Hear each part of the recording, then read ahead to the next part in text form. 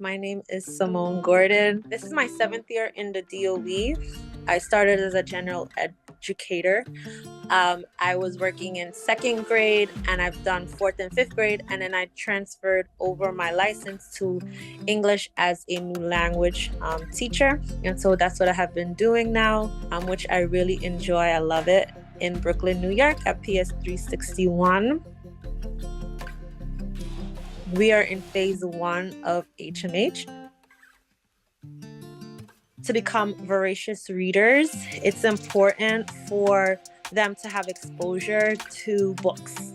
So first is seeing books that have pictures that looks like them, stories that represents their culture in their language. I remember when E4E gave me the cultural responsive library, how my students were super excited when they saw like books with Black and brown kids, because I do work in a majority Black and brown school, and so they were excited by that and reading the stories. And some of the stories had terms like abuela, and they're shocked. And so that was pretty cool. And so I think first is giving kids exposures and letting them see themselves in stories, so like that mirrors effect on which they're reading stories about themselves. Another thing I would say in terms of students being voracious readers is giving them a reason to read. If you have a reason to read, you're more likely to read books. So that's being inquisitive. Like, you show them a video that sparks their interest. I remember the other day with the eclipse, and from we were talking about the eclipse, and from that they're like, but how does the earth rotate, and why is it daytime and nighttime? And I was like, all of those are great questions. So now you have these questions, right?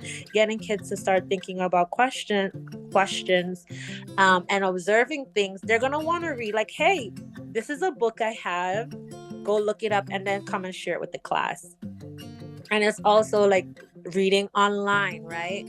And so it was I printed out some articles for us to read about the solar planet. So then we got into that and talking about Earth and the moon, and they got really excited. So I feel like having a purpose and building upon students' wonder and observation, that's really important for them to become voracious readers, wanting to get more knowledge, wanting more information, and that love of reading really starts to happen through read alouds, right? There's getting the story and acting out as well. Like we did an act out today of the 3 Little Pigs, and they were super excited to do that. And that's building upon reading, like, oh, now I need to read like another kind of folk tale.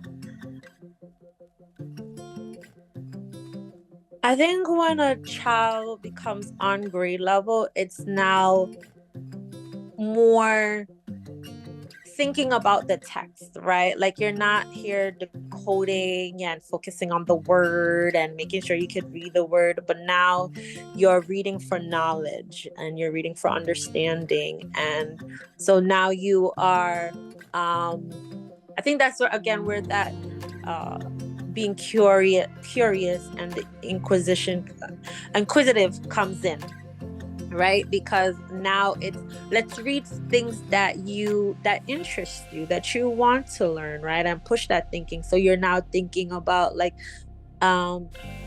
inferential things. Why is the author writing the book in this style?